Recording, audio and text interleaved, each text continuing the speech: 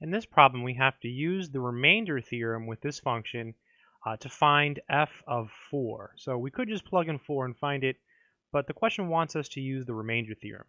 So the remainder theorem says that when we divide this polynomial by x minus 4, then the remainder is what we're looking for. So what we'll do is we'll use synthetic division to divide this by x minus 4. So when we're using synthetic and we're dividing by x minus 4, remember you switch the sign here. So I'm going to put a 4 here, and then you put a little bracket like this. And then you write down the coefficients. So 2, negative 11, 7, and negative 5. And so we're using synthetic division to divide this by x minus 4. And then the remainder will be equal to this. That's what the remainder theorem says. So to start the synthetic division process, you just start by bringing this number down, so 2.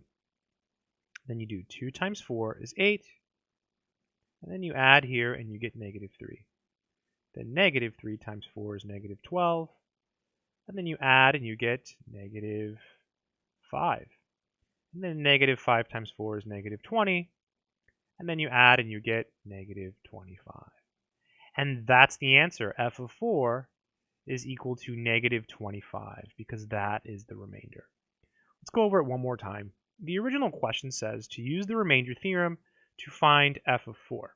So what that means is that whenever we divide this function by x minus 4, the remainder is f of 4. That's what the remainder theorem says. So if it was like x minus 2, then that would give us, f of 2, etc. So you write down the 4 because you switch the sign, and then you write down the coefficients of the polynomial. 2, negative 11, 7, negative 5. Bring it down, and then you start the process. 2 times 4 is 8. You add, you get negative 3.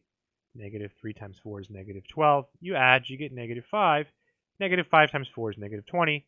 You add, you get negative 25. This is the remainder, and it's equal to f of 4. I hope this video has been helpful to someone out there in the world. Good luck.